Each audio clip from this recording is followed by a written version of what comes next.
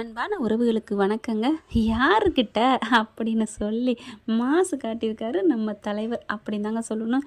சும்மா வேறு லெவலில் தெறிக்க விட்டுருக்காங்க. ராகவும் நம்ம கிருஷ்ணாவும் பேசிக்கிட்டு இருக்கதை பார்த்துட்டு விட்டு பிடிக்கிறது இனிமேல் தப்பு, கரெக்ட் இல்லை அப்படின்னு போய் பாஞ்சிட்டேன் அப்படின்னு நிவின்ட்ட சொல்கிறப்ப அழகுங்க.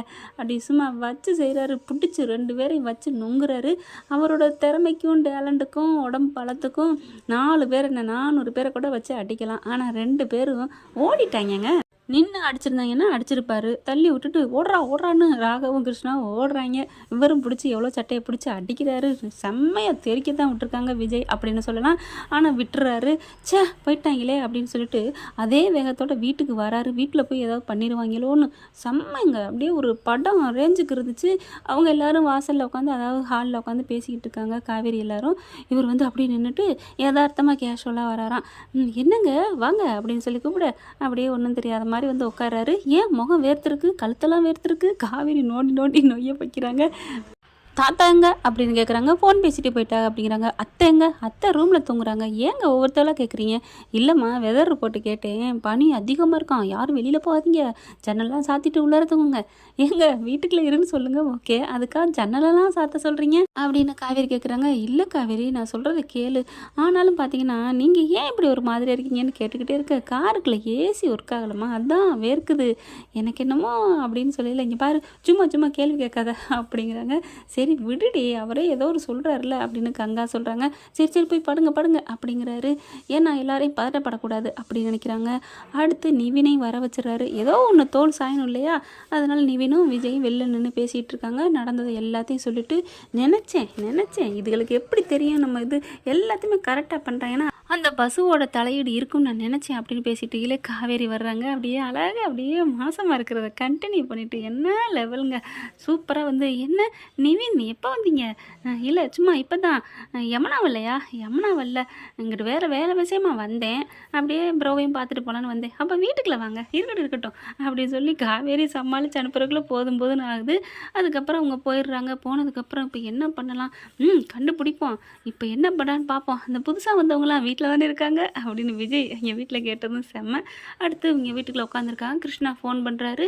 ஃபோன் பண்ணிவிட்டு எங்கே இருக்கீங்க, 2 பேரும் கிளம்புங்க அப்படின்னு சொல்கிறாங்க. ஏன்டா, ஐயோ மாட்டிக்கிட்டோம் அப்படின்னு சொன்னோன்னே கரெக்டாக பார்க்குறாரு நிவின். இதெல்லாம் கிளம்புது, பெட்டி படுக்கை எடுத்துகிட்டு.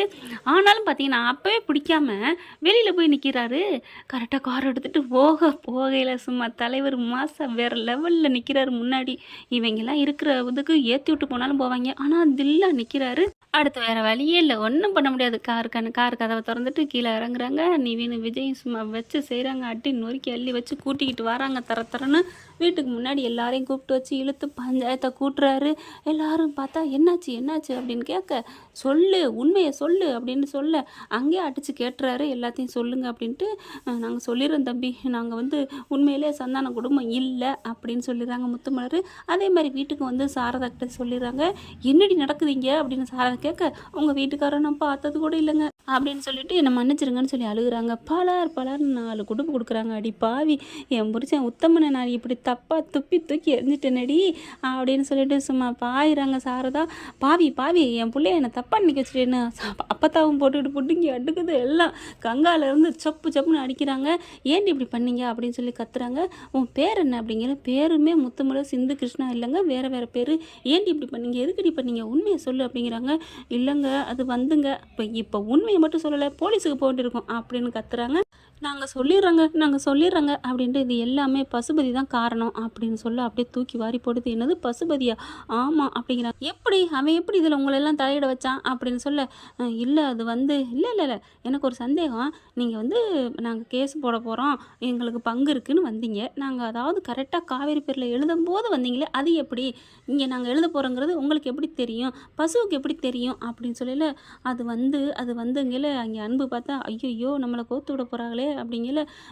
தெரியலங்க, பசு சொல்லித்தாங்க நாங்கள் வந்தோம் அப்படின்னு சொல்ல, உங்களுக்கு உண்மை தெரியாமல் இருக்காது, சொல்கிறீங்களா இல்லையா அப்படின்னு சொல்லிட்டு என்ன பண்ணுறாங்க, கிருஷ்ணாவை போட்டு கழுத்தில் அதை வச்சு நறுக்குன்னு வச்சு பண்ணிடுறாரா.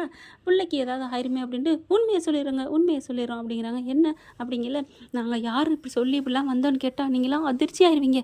அப்படியா, யார் அப்படிங்கல, இந்த பாருப்பா விஜய், இவங்கள போலீஸில் பிடிச்சி கொடுப்பா அப்படின்னு வேகமாக முன்னுக்கு வர, சித்தப்பு இருங்க அவங்க சொல்லட்டும், நீங்கள் சொல்லுங்கள் அப்படின்னு விஜய் கேட்க, இல்லை இதுக்கு எல்லாத்துக்குமே காரணம் இந்த வீட்டில் இருக்க ஒருத்தர் தான் காரணம் அப்படின்னு சொல்ல, வீட்டில் இருக்க ஒருத்தரா யார் அப்படின்னு பார்க்குறாங்க.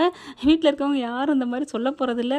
கரெக்டாக சித்தப்பாக்கிட்ட தான் போய் நிற்கிது. ஐயோ கோர்த்து விட்டுருச்சு பக்கிய அப்படின்னு நினைக்க, யாருமா அப்படிங்கிறத அவங்க சித்தப்பா தான் எல்லாத்துக்கும் காரணம், அவர் தான் எல்லாமே சொன்னது, பசுபதி அண்ணன்ட்ட எல்லாமே அவர் சொல்ல, அவர் எங்ககிட்ட சொல்லி நாங்களும் இங்கே வந்தோம், இல்லைன்னா இந்த வீடு எங்களுக்கு எப்படி தெரியும், இல்லை காவேரி அவங்க அம்மா வீடு தான் எங்களுக்கு எப்படி தெரியும் அப்படின்னு சொல்ல, அப்படியே செம்ம காண்டாகிறாரு. சித்தப்பு அப்படின்னு போயிட்டு சட்டையோட கொத்த பிடிச்சிட்டு வர, ஐயோ என்னை மன்னிச்சிருப்பா அப்படிங்கிறாங்க. என்னது மன்னிச்சிருப்பாவா? ஐயோ நான் ஒன்றுமே செய்யலை, நீ என்னெல்லாம் பிடிக்காத, இது எனக்கு சம்மந்தம் இல்லை, இவளுக்கு ஃப்ராடு, இவளுக்கு பேச்ச நம்பாத அப்படி இப்படின்னு சொல்ல, அப்புறம் ஏன் மன்னிப்பு கேட்டீங்க? இல்லை என்னை தப்பாக நினைக்காதப்பான்னு சொல்ல வந்தேன். ஓ இப்படி ஒரு ட்ராமாவா, மாட்டிக்கிட்டோம், எப்படியோ வாயில் வந்துருச்சு உண்மை, ஆனாலும் தப்பிக்க பார்க்குறியா சித்தப்பு அப்படின்னு சொல்ல, வேகமாக பக்கத்தில் வராங்க ராதா. ஏன் அவனுக்கு இந்த மானங்கட்ட பொழப்பு அப்படிங்கிறாங்க. மாமனார் தாத்தா என்ன பண்ணார், பலான்னு அடி கொடுக்குறாரு அன்புக்கு, பாவி அப்படின்னு சொல்லிட்டு, அதுக்கப்புறம் சரி எப்படி இவங்க எல்லா தகவலும் அங்கே சொன்னாங்க, அதெல்லாம் தெரியாதுங்க, ஏதோ இங்கே இவங்க பேரில் மாற்ற போகிறாங்க அப்படின்னு சொல்லிட்டு, எப்படி காவேரி பேரில் வீடு வரப்போச்சு, எனக்கு அந்த வீடு வேணும்னு சொல்லிட்டு இவங்களும் அவங்களும் 2 பேரும் தான் சேர்ந்து பேசிக்கிட்டாங்க அப்படின்னு சொல்லிடுறாங்க. அதுக்கு நீங்கள் ஏன் சம்மதிக்கணும், அதெல்லாம் பெரிய கஷ்டங்க, எங்கள் சூழ்நிலையை புரிஞ்சுக்கிட்டு பசுபதி தான் எங்களை இப்படிலாம் படுத்தி எடுத்துட்டாரு, நாங்கள் இல்லைன்னா என்ன ஆயிருக்கும், என் புருஷனையும் பிடிச்சி அடைச்சி வச்சுருக்காங்க. என்னது அடைச்சி வச்சுருக்காங்களா? ஆமாங்க, அவங்கக்கிட்ட வாங்கின கடனுக்காக, இதெல்லாம் நீங்கள் பண்ணலைன்னா உங்களை நான் உண்டில்லைன்னு பண்ணிடுவேன் அப்படி இப்படின்னு சொல்லிட்டாங்க, அதனால தான் இப்படி பண்ணாங்க, எங்களை மன்னிச்சிருங்க அப்படின்னு சொல்லிட்டு அழுகுறாங்க.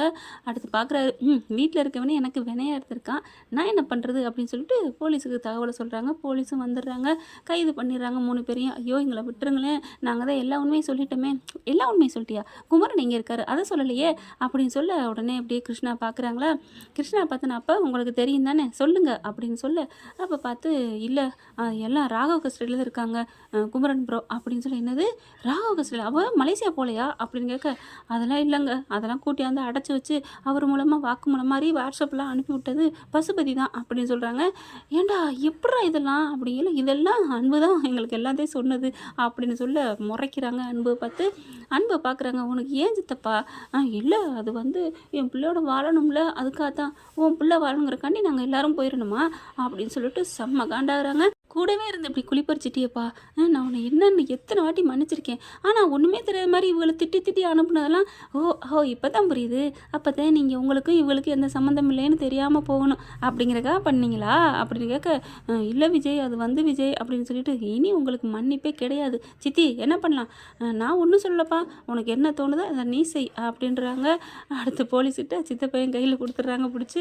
ஐயோ அடி ராதா அடியே அப்படின்னு சொல்லிட்டு கத்துறாங்க. தெரியாமல் பண்ணிட்டு என் பிள்ளைக்காண்டி, நோ உங்களுக்கு இனிமேல் ஒன்வே தான் இந்த வீடு அப்படின்னு சொல்லிட்டு ஜெயிலுக்கு பிடிச்சிட்டு போயிடுறாங்க. எல்லாரையும் அப்படி கொத்தாளிட்டு போயிடுறாங்க.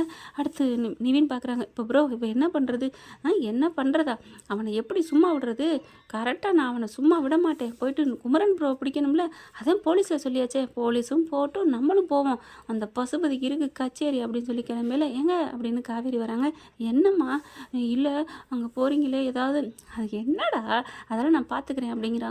அடுத்து சாரதா பார்க்குறாங்க. என் புருஷனை நான் அப்படி தப்பாக பேசிவிட்டேனே அப்படின்னு அழுக. ஐயோ அத்தை விடுங்க அப்படிங்கல. கல்யாணி பாட்டி எங்களை மன்னிச்சிருங்கம்மா, உங்கள் பிள்ளைய நாங்கள் தப்பாக பேசிட்டோம். சாரதா கிட்டே மன்னிப்பு கேட்குறாங்க. உங்கள் வீட்டுக்காரர் நாங்கள் தப்பாக பேசிட்டோம். ஐயோ அம்மா யாராக இருந்தாலும் அப்படி தான் நினைக்க தோணும், விட்டுருங்க, அதனால் என்ன, நாங்களே தப்பாக பேசிவிட்டோம் என் புருஷனை அப்படின்னு சாரதா அப்படியே ரொம்ப ஃபீல் ஆகுறாங்க. கங்காவும் அப்போ என் புருஷனை சீக்கிரம் காப்பாற்றி கூட்டிகிட்டு வாங்க விஜய், எனக்கு என் புருஷன் வேணும், என் மாமா வேணும் அப்படின்னு கங்கா அழுகுறாங்க. அப்படியே சாரதா அதிர்ச்சி ஆகிறாங்க. அப்பா எப்படிலாம் பேசி நம்பிக்கை கொடுத்தது மாதிரில நடித்தாளுங்க. நான் கூட ஒருவேளை அப்புறாணிகள் இருக்காங்க, இந்த புருஷன் பண்ணதுக்கு அவங்க என்ன பண்ணுவாங்கன்னு ஏற்றுக்கிட்டேன் தம்பி அப்படிங்கிறாங்க. இந்த காலத்தில் அப்படி தான் அத்தை, யார் நல்லவங்க யார் கெட்டவங்கன்னு நம்ப முடியாது, பார்த்து உஷாராக இருக்கணும் அப்படின்னு சொல்லிட்டு, செல்லாம் காவேரி என் பொண்டாட்டியை பார்த்துக்கோங்க, நான் போயிட்டு வரேன்டா, நான் போயிட்டு உங்கள் மாமாவோட வர்றோம் அப்படின்ட்டு 2 பேரும் கிளம்புறாங்க. 2 சிங்கக்குட்டிகளும். என்ன ஃப்ரெண்ட் எப்படி இருக்கும், இப்படி போனால் நல்லா தானே இருக்கும், பார்க்கலாம். தேங்க்யூ. இந்த வீடியோ உங்களுக்கு பிடிச்சிருந்தா தயவு செய்து லைக் பண்ணுங்க. இன்னும் அப்டேட்ஸ்க்காக சேனலை சப்ஸ்கிரைப் பண்ண மறக்காதீங்க. நம்ம கிட்ட இருக்க எல்லா சேனல்ஸோட லேட்டஸ்ட் வீடியோ அப்டேட்ஸ்க்காக மேல ரைட் சைடுல காட்டுற லிங்கை கிளிக் பண்ணி வாட்ஸ்அப் குரூப்ல ஜாயின் பண்ணுங்க. உங்களிடம் விடைபெறுவது நான் உங்கள் மெஹர்.